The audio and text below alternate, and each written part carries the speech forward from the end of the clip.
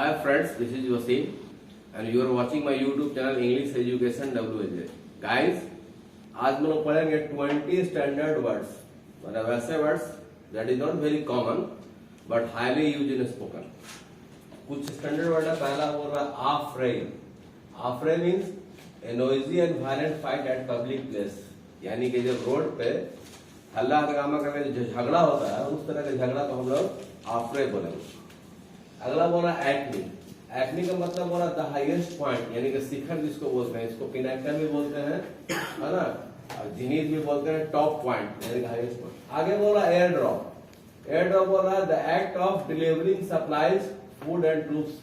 It means जब कभी कोई घटना घट जाती है तो हेलीकॉप्टर के माध्यम से या हवाई माध्यम से जब खाना सप्लाई किया जाता है, फूड पैकेट ड्रॉप किया जाता है, या सेना को किसी घटना को अंजाम देने के लिए होटल में मान लीजिए आतंकवादी घुस गया, तो उसके माध्यम से जो हवाई माध्यम से जो कोई चीज गिराते हैं तो वो कराएगा क्या, एयर ड्रॉप.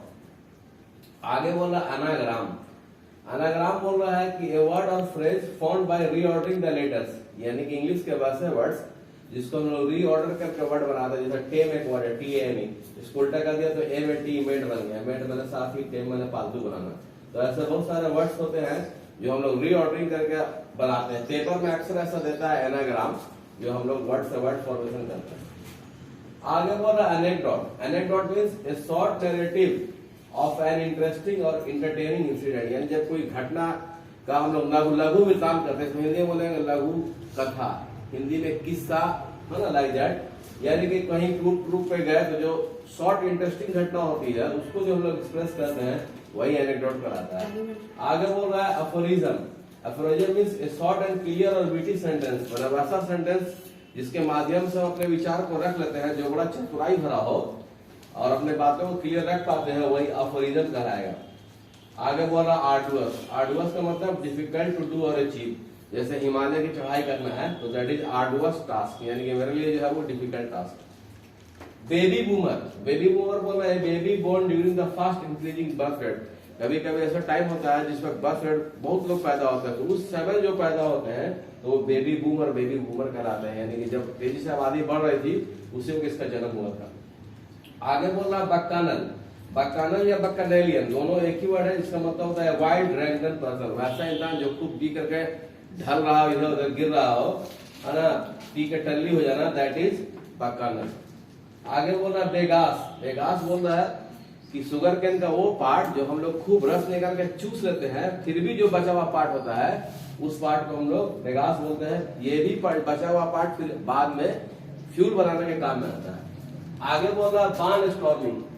बार्न स्टॉर्मिंग बोल रहा है अभी चुनाव हमारे यहाँ नगर निकाय के खत्म हुए तो वो the act of travelling town और विलेज. तो इसमें जो हम लोग चुनावी यात्रा पे जो कैंपेन पे निकलते हैं, जिसमें छोटे छोटे गाँव और शहर को कवर करते हैं चुनाव प्रचार के लिए, उसको बार्न स्टॉर्मिंग करते हैं. आगे बोल रहा बेंचमार्क. ये बड़ा अच्छा वर्ड है, क्रिकेट में हम लोग खूब यूज करते हैं. जैसे इंडियन के बाद अभी बेंचमार्क में बहुत सारे प्लेयर हैं, तो बेंचमार्क में बोल रहा वैसा इंसान जिसकी क्वालिटी, है ना, उसकी स्किल को लोग समझते हैं, उसको हम लोग वेटिंग लिस्ट में रखते हैं कि इनको फ्यूचर में यूज किया जाएगा, तो वो बेंचमार्क कहलाता है. आगे बोल रहा है इसको पढ़ेंगे बिले डू. बिले डू का मतलब है रोमांटिक लव लेटर, जो पहले का जमाना था लेटर लिखने का, खैर अब तो जमाना खत्म हो गया. आगे बोला ब्लैक वारंट. ब्लैक वारंट का मतलब सीधा सीधी समझेंगे डेथ वारंट, यानी कि वैसा वारंट जिससे किसी को सजाए मौत की सजा सुनाई जाएगी, उसको हम लोग ब्लैक वारंट बोलेंगे. ये वर्ड है बफून. बफून का मतलब जोकर, जो जोक्स कनेक्ट करता है, टाइम टू टाइम फ्रेश करके लोगों को हंसाता है. वो शादी ब्याह में भी देखते हैं कि कुछ बफून्स होते हैं, इसको क्लॉन भी बोलते हैं. आगे बोला कैमियो. कैमियो बड़ा इंपोर्टेंट वर्ड है कि short but important role in any movie and drama. किसी फिल्म और ड्रामा में किसी एक्टर का छोटा रोल होगा उसको हम लोग कैमियो बोलेंगे. शाहरुख खान और सलमान खान कई फिल्म में कैमियो कर चुका है. छोटा सा आया और लड़की उठा के चला गया. आगे बोल रहा है कैंटन केरस. कैंटन केरस का मतलब है बैड टेम्पर्ड पर्सन, वैसा इंसान जो चिड़चिड़ा मिजाज का तुरंत रह जाता हो, दैट इज कैंटन केरस. आगे बोल रहा है कैटेसिज्म. कैटेसिज्म का मतलब a method used for teaching religious principal bye questioning, यानी कि जब धार्मिक उपदेश दिया जाता है जिसमें क्वेश्चन आंसर दोनों होता है, इस तरह का जब उपदेश देकर के हम पढ़ाने का काम कर रहे हैं तो वो कैटेसिज्म कहलाएगा. आगे इसको पढ़ेगा शैल्टन. शैल्टन का मतलब ठग, मोटा मोटी समझेंगे ठग, यानी a person who claims to have skills and knowledge but he doesn't have actually.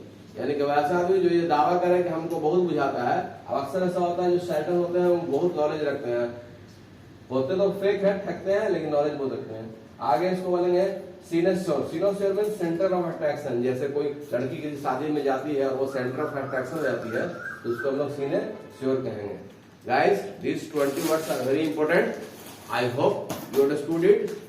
If you understood it, please like and subscribe my YouTube channel English Education WJ. Thank you and have a nice day.